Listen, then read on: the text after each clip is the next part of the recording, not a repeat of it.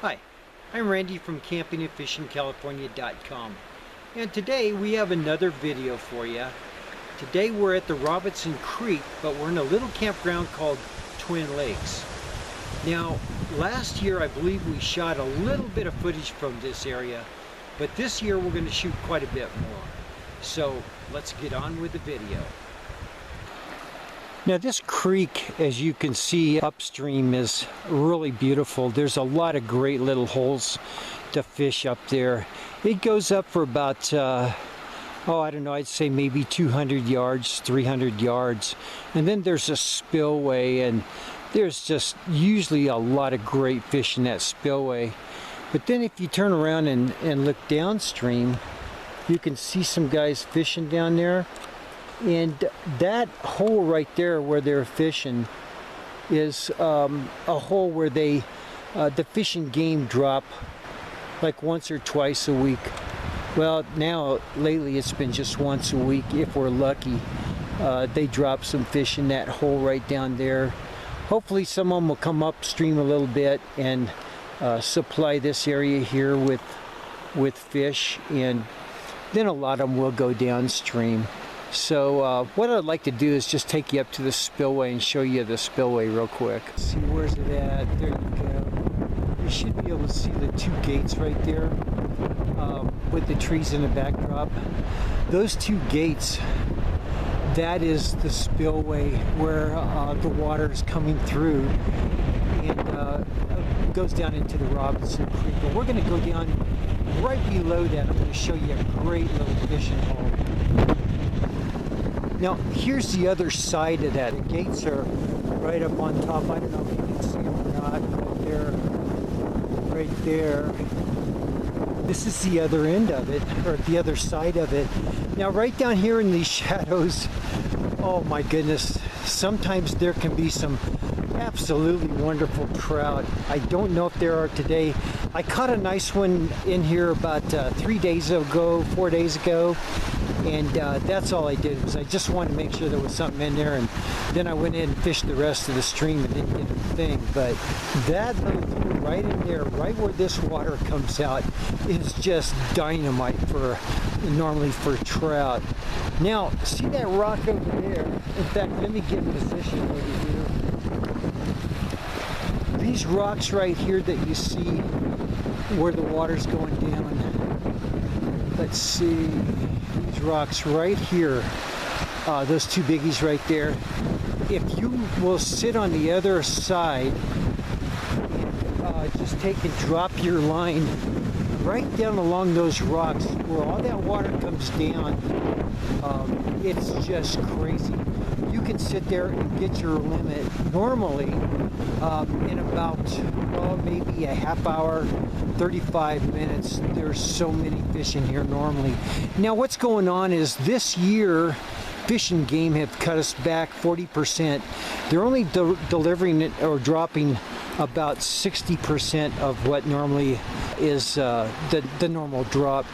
And I know you can't see it, but there's, in that pool right there I'm watching, there's 1, 2, 3, there's about 3 nice ones. I just saw one flip over, really nice, probably about 14, 16 inches right there. So really good stuff. And like I said, down there, those rocks right there, right where that water goes down, if you sit on one of those rocks on the other side, just put your line in and let the current carry it with a couple salmon eggs or maybe some worms or power bait. It's just crazy, absolutely crazy. Let's see if we can get it from another angle. Yeah, here's another angle. There's the rocks. There's the water coming down right there. Spillway is back up there. But all this water coming down here provides just nice trout. Usually between 10 and 14 inches right in here. Standard would be right around a foot.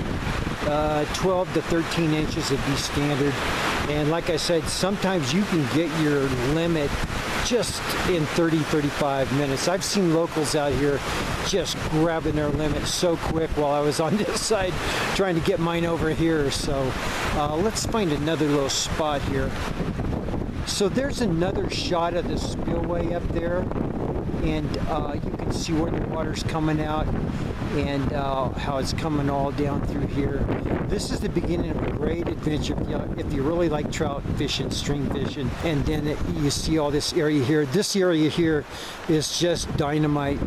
You see where that trunk comes out, or that little log right there, and these branches right here? Usually the water is up another, say, 6 to 10 inches. And you can sit right here where I'm at on a good day.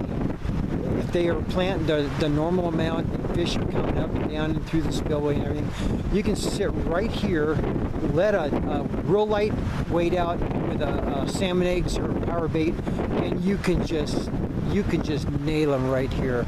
Just nail them. So all this area here is just dynamite. And then, of course, there's the stream going down, and we fish this thing all the way down to our campground, or our campsite.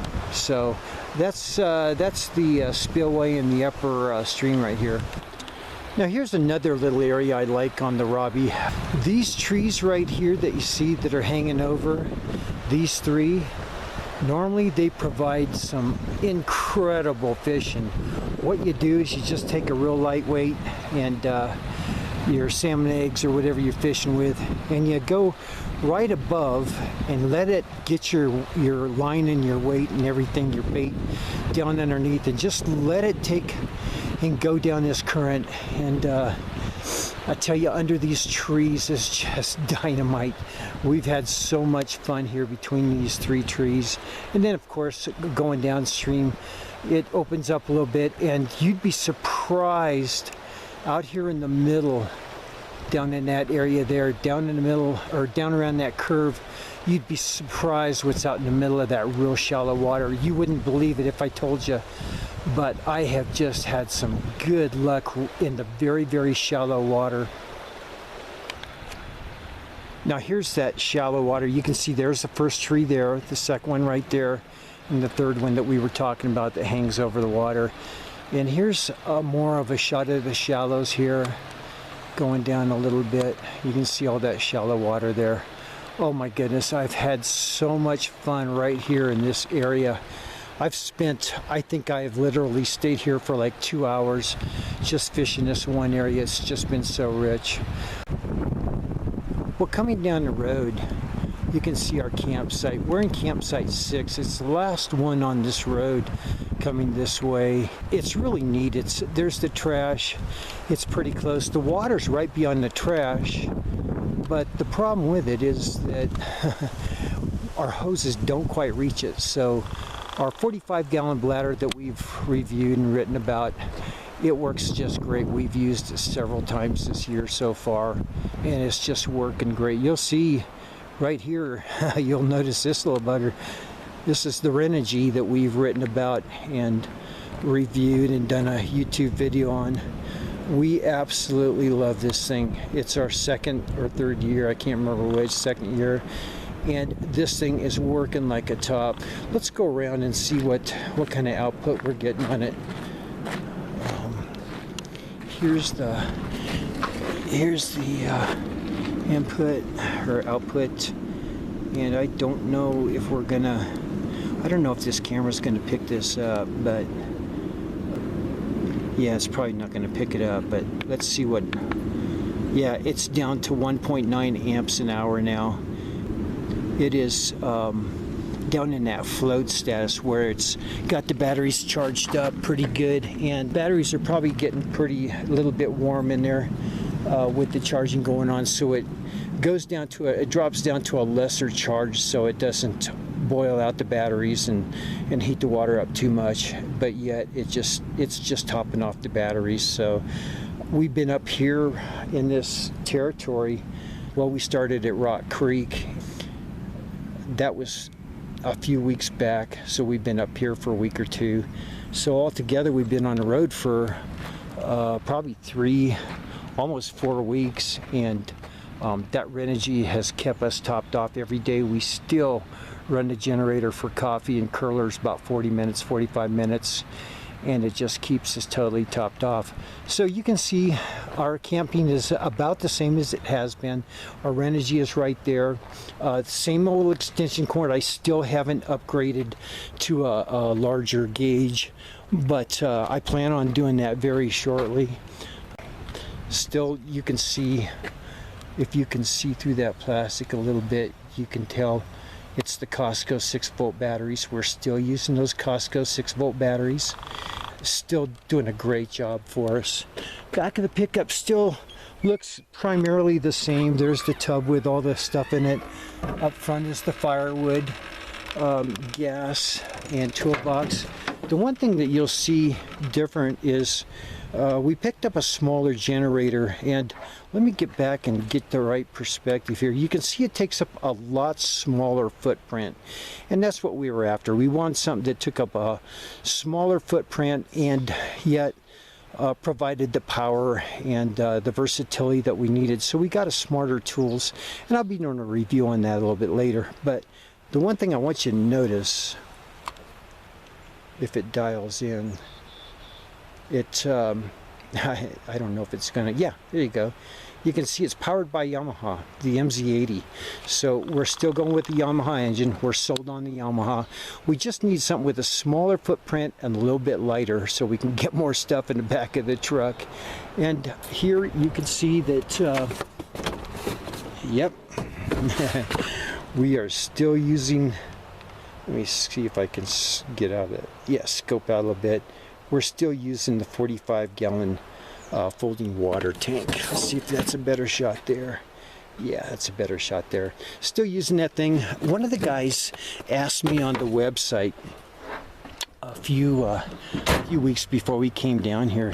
He asked about the water inside, if the water ever got kind of rank from usage to usage, if it ever started smelling or anything. And this time when we opened it up, it was just totally fresh, like it never been used. So answer to that is no, never had a problem, never had to bleach it, never had to do anything to it to make it better smelling.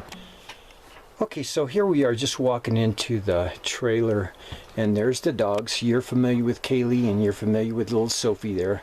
But the addition to this trip is this thing right here. That's our little Jezzy cat, and you can see that we've kind of set up a little thing. My wife came up with this great little goodie here. It's a nylon collapsible cage that we've had for a long time. I think it's on items you'll need page, or the page that we do about pets, taking pets with you. But it's come in really handy, and that's what Jezzy stays in. Her litter box is in there, her food is in there, and there's still plenty of room for her to lay down and sleep. And at night we just move it over to this table, and we kind of stretch it out on that, and she jumps in it, and we all sleep like babies. So that's the addition we've had for this year. So if anybody's wondered if you can take your cat too, yeah, there are options. There's a way to do it. And the reason we brought her with us this year is because she's getting older, and she was getting a little bit sick about 4 months ago. When we started thinking about it, we thought, well, there's got to be a way we can take her with us and watch over a little bit. And we wanted to make sure that there weren't any other medical problems with her. So we brought her with us. Well, I hope you've enjoyed this video from the Robinson Creek Lower Twin Campground, specifically our campsite. And again, we appreciate you joining us here at www.campingandfishingcalifornia.com.